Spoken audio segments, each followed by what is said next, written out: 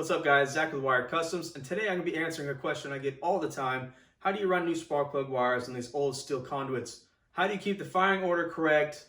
What's your method? How do you do this? So I'm going to do a step-by-step instructional video showing that. Also, if you guys are struggling with something, follow me on Instagram or Facebook.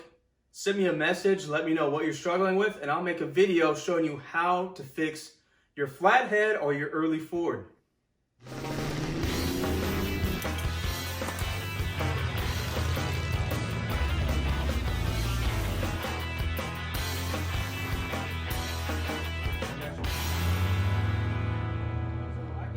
All the time, how do I run the wires through this type of conduit or this type of spark plug wire holder? It can be complicated if you're doing it on the car. I'm going to show you how to do it on my bench. And I'm going to be using the Stromberg E-Fire spark plug wires. These are not a solid core wire. This is not what you want to run with points. This is the wires you want to run if you're going to be running Protronix. Protronix has to have these wires. But this example should show you how to route the wires correctly inside the original style looms. Now our cap has the firing order written on it. That is accurate. So we're going to lay this out on my bench here as if it was in the car. Now obviously they go this way, but I have them sitting on the side so we can get our exit here. And if you buy this kit, it comes with awesome instructions that show you the firing order and where the cylinders are. But if you're not using this kit, this is going to help you out a lot. So thank you to Stromberg. If you never messed with Flathead before, we're setting this out on the bench. The cylinders are going to be 1, 2, 3, 4, 5, 6, 7, 8. That's how they number them. So now you want to do what I've got going on here. I have them in categories from longest to shortest. So when I start routing these, I don't cut a long one to be a short one by accident. So what I'm going to do now is take my longest wire and go ahead and feed that one first because I don't want to actually cut it. I know I've said that like 3 times already, but I'm being honest. 3 is the longest one. It goes from here all the way to the back of this one.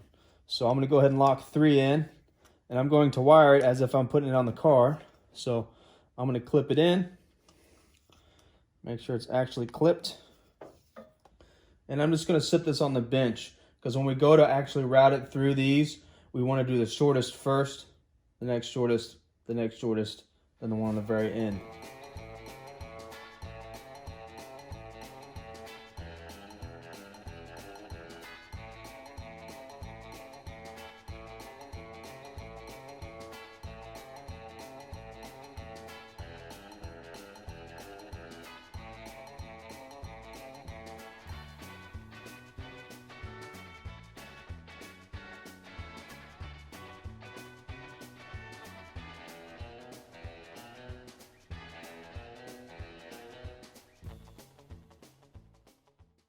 Now we're going to route it inside the housing itself.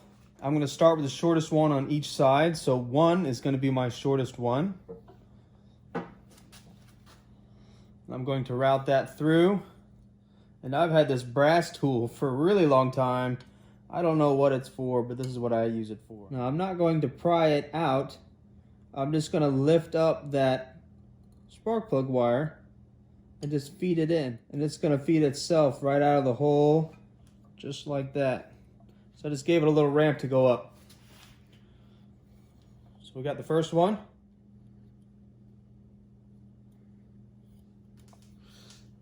Very simple. You have to know the firing order when routing these. Now 3 is going to come over. So I like to run 3 under 7. I think it looks nicer in the car.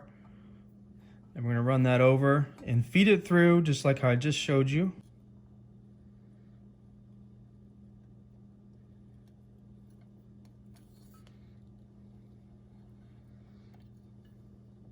Alright guys, here's the fun part. You got to have the belt off and you got to have whatever linkages that could be possibly in your way. So I'm going to get rid of my throttle linkage. I'm going to get rid of my choke linkage. And I'm going to get rid of my accelerator linkage on the dash, just so I have some room to work here. So when you go to put those looms in, I don't scratch them up. So I'm just going to slide this right here on the top, down over the support, Be really careful not to scratch my new paint job on my looms. I'm just going to slide these down past the generator.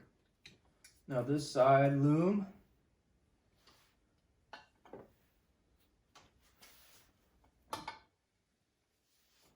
Now I'm going to bolt my looms down because I want them to stay, and I'll be able to move the distributor cap around and the wires inside the distributor cap to get my links even that more accurate.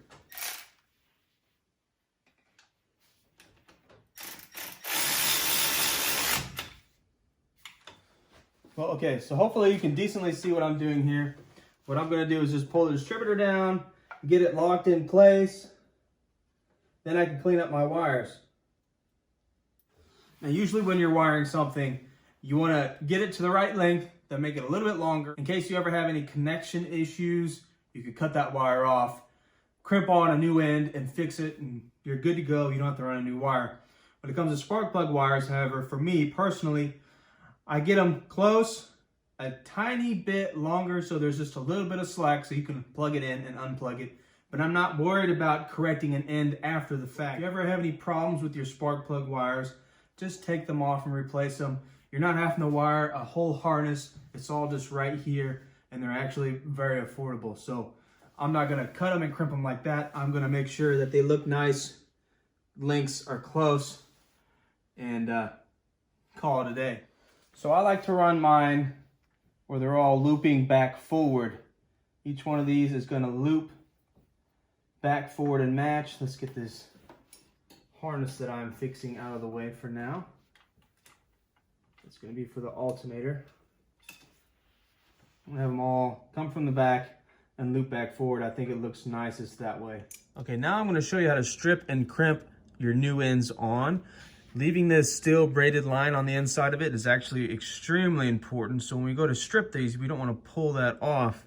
Now I'm going to show you, just for demonstration purposes, if you go to pull this rubber silicone off when you're stripping it, you can also pull this steel line off, just like that. That steel line just came off of the braided line underneath.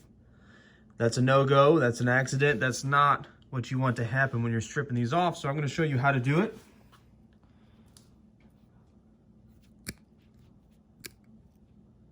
Cut that end off. What I'm going to do is going to take a brand new razor blade and I'm going to slowly cut around it. The distance that you want to strip it back is the same distance of the crimped end here. So that's how much we want to strip off. So roughly that amount. And this is going to take me a second because I'm going to be taking my time. I'm going to saw this down through the silicone, and you can feel it once you hit the steel line underneath. And after you cut it all the way around, I'm going to slit it straight down to the front because this is what keeps you from pulling that braided line out. If you don't do this step, a lot of the times when you go to pull, it pulls that whole steel line out from the inside. So I don't want to pull it, I want to split it open. So just like that, split it open, and I haven't messed up that steel line anywhere yet. And you can peel it off, whatever you failed to cut completely around the edges. So that's what it leaves us with, just like that. And now I'm just gonna cut all these little extra fiberglass lines here off of it. Now that I've cleaned it up and we're back to what I showed you at the beginning, what you want to do is fold this over so that this steel line is touching the longest part here. So we're going to fold this over inside itself. So now that's folded backwards onto itself inside there.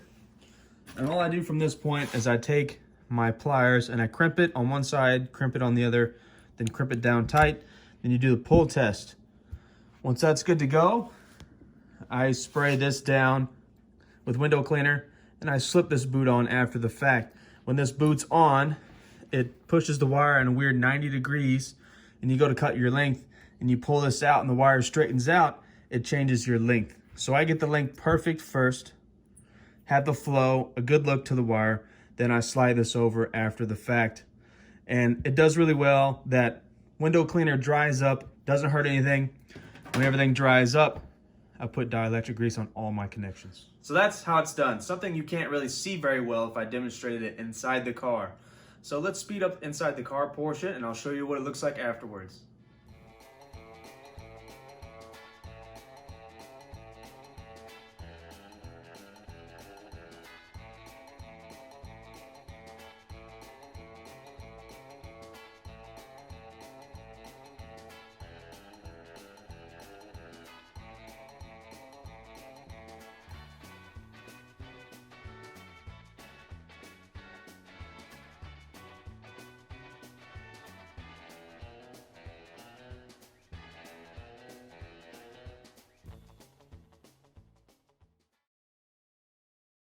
So there you go, guys. Nice and simple. I think this way it still looks nice and classy. There's no zip ties. There's no modern conduits. It looks period correct. I think it looks awesome. Don't be afraid to crimp your own spark plug wires. Don't be afraid to use the original conduits like this. It is very easy to keep it organized and keep your firing order correct. If you have more things that you're confused about and you would like me to make a video on my YouTube channel explaining something for you, post it down in the comments. Let me know what you'd like to see. I'm going to try to post videos more often. I've been doing once a week. I'm going to try to bump that up to twice a week and get more of your guys' questions answered in the videos. Now stop watching this YouTube video, get out in the garage, and get your shift together.